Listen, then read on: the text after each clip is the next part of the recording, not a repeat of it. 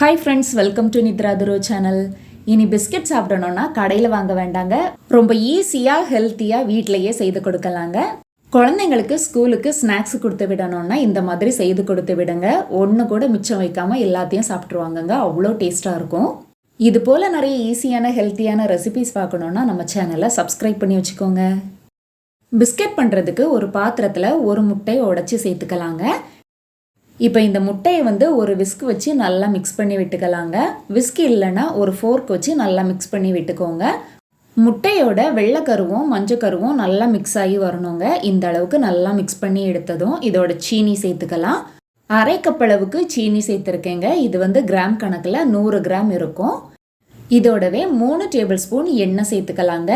எண்ணெய் சமையலுக்கு எந்த எண்ணெய் யூஸ் பண்ணுவீங்களோ அந்த எண்ணெயை சேர்த்துக்கோங்க. இப்போ இது எல்லாத்தையுமே சேர்த்து நல்லா மிக்ஸ் பண்ணி எடுத்துக்கலாங்க. சீனி நல்லா கரைஞ்சி வரணும், அந்த அளவுக்கு நல்லா மிக்ஸ் பண்ணி எடுத்துக்கலாம். சீனி இப்போ நல்லா கரைஞ்சி வந்துடுச்சுங்க. இதோடவே அரை டீஸ்பூன் பேக்கிங் பவுடர் சேர்த்துக்கலாம். கூடவே 1/4 டீஸ்பூன் உப்பும் சேர்த்துட்டு இதுவும் எல்லா இடமும் நல்லா மிக்ஸ் ஆகி வர மாதிரி மிக்ஸ் பண்ணி விட்டுக்கலாங்க. எல்லாமே நல்லா மிக்ஸ் ஆகி வந்ததும் இதோட 2 கப் அளவுக்கு கோதுமை மாவு சேர்த்துக்கலாம். இது கிராம் கணக்கில் 160 கிராம் அந்த மாதிரி இருக்கும். மாவை சேர்த்ததும் இதை நல்லா பிசைஞ்சு எடுத்துக்கலாங்க. நம்ம இதை பிசைஞ்சு எடுக்கும்போது சப்பாத்தி மாவு பதத்துக்கு வரும்.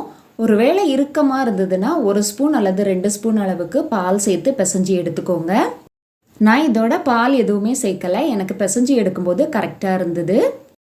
மாவை நல்லா பிசைஞ்சு எடுத்ததும் இந்த மாதிரி சப்பாத்தி மாவு மாதிரி இருக்கணுங்க. இதை 10 நிமிஷத்துக்கு மூடி போட்டு மூடி வச்சுக்கலாம். இப்போ எண்ணெயை சூடாக்கி எடுத்துக்கலாங்க. இதை பொரிச்சு எடுக்கிறதுக்கு எண்ணெய் மீடியமாக சூடானா போதுங்க. இப்போ பிசைஞ்சு வச்ச மாவில் கொஞ்சமாக மாவு எடுத்து கையில் வச்சு தட்டி எடுத்துக்கோங்க. என்ன ஷேப்பில் வேணுமோ அந்த மாதிரி தட்டி எடுத்து எண்ணெயில் சேர்த்துக்கோங்க. நான் ஃபோர்க் வச்சு இந்த மாதிரி ஷேப் வச்சுருக்கேங்க. உங்களுக்கு எந்த மாதிரி ஷேப் வேணுமோ அந்த மாதிரி வச்சுக்கோங்க.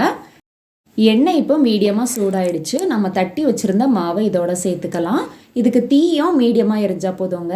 தீ அதிகமாக எரிஞ்சுதுன்னா மேலே கரிஞ்சிரும், உள்ள வேகாது.